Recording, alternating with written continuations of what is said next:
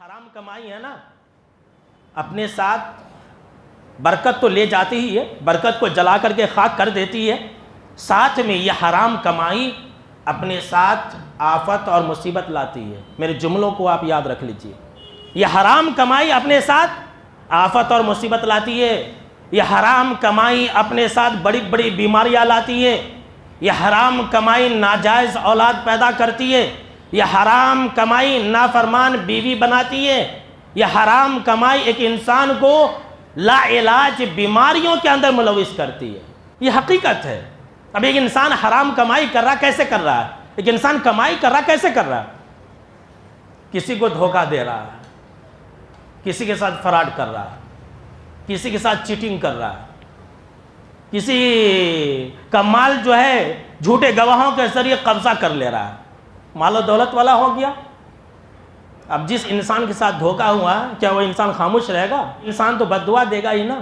اور ہوا ہے، ایسا ہوا، ایک بھائی نے خود مجھے بیان کیا، ہمارے اسی شہر کا واقعہ ہے کہ غیر قوم کا ایک انسان تھا، اسے بازار میں ایک کھیڑے گاؤں والوں کو دھوکہ دیا، بہت بڑا دھوکہ دیا، کئی لاکھ جو ہے نا اس کا اڑا لیا۔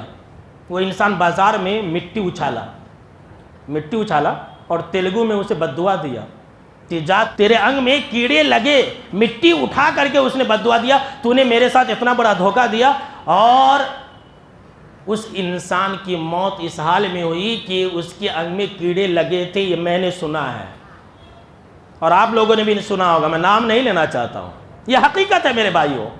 حرام کمائی جو کرے گا نا لا علاج بیماریوں کے اندر ملوث ہوگا، اور یہ حقیقت ہے۔ دیکھ لیجئے اکثر و بیشتر ایسا ہوتا ہے کہ جتنے بھی حرام کمائی والے لوگ ہوتے ہیں نا ان کو ان کی دولت راس نہیں آتی ہے، ان کی اولاد کو بھی راس نہیں آتی ہے۔ حرام کمائی کے اندر برکت نہیں میرے بھائیوں، یہ 4 دن کی چاندنی ہے اور پھر اندھیری رات ہے۔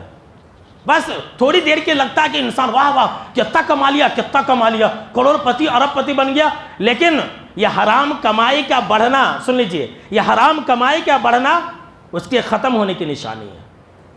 حرام کمائی کے اندر برکت نہیں ہے میرے بھائیو، حرام کمائی سے بچو، زیادہ کمانے کے چکر میں مت جاؤ، حلال کماؤ، جتنا کمانا کماؤ، ارب پتی خرب پتی بن جاؤ، جتنا کمانا کماؤ، حلال طریقے سے کماؤ، حرام کے قریب مت جاؤ۔ میں نے کہا نا کہ حرام کمائی بس چمکتی ہے، اس کے بعد ختم ہو جاتی ہے۔ ایک مثال میں آپ کو دیتا ہوں، یہ آپ نے اپنی آنکھوں سے دیکھا ہوگا۔